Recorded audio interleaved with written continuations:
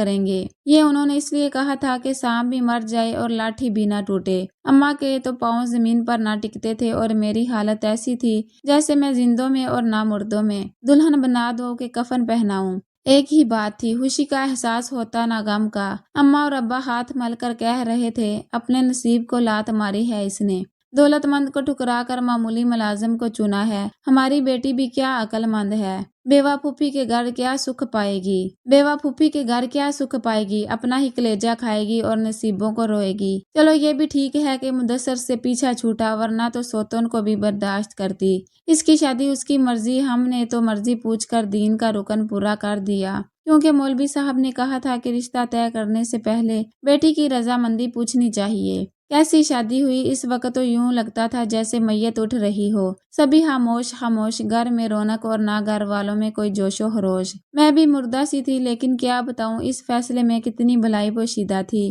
آج میں ارشد سے شادی کر کے بے انتہا خوش اور سکھی ہوں۔ وہ ترقی کر کے ایک بڑے آفیسر بن گئے ہیں، نیک چلن ہے، اور پھپھو بھی ایک ماں کی طرح میرا خیال رکھتی ہیں۔ انہوں نے مجھے زندگی کی ہر خوشی دی ہے، محبت بھی دی، اور مجھے بھی اب ان سے ہی محبت ہے۔ ان کے بغیر میں ایک پل نہیں رہ سکتی۔ ہمارے پیارے پیارے 4 بچے ہیں، ہمارا آنگن خوشیوں سے بھرا ہوا ہے، جبکہ مدثر میری شادی کے بعد ایک حادثے میں اللہ کو پیارے ہو گئے۔ ان کی زندگی کے بس چند دن ہی باقی رہ گئے تھے، اور مجیب کا بعد میں پتہ چلا کہ 2 شادیاں پہلے سے کی ہوئی تھی۔ دونوں بیویوں کو الگ الگ شہروں میں رکھا ہوا تھا، ایک سے 2 بچے بھی تھے، اور خود کافی عیاش آدمی تھا۔ بھلا ایسے آدمی یا اس کی دولت نے کیا سکھ دینا تھا، جو کوٹھے اور بالا خانوں کا رسیا تھا۔ بعد میں یہ بھی پتہ چلا کہ ایک شادی غیر ملکی لڑکی سے بھی کی تھی، مگر اس لڑکی نے طلاق لے لی۔ سچ ہے کہ خوشیاں دولت سے نہیں ملتی بلکہ نصیب سے ملتی ہیں۔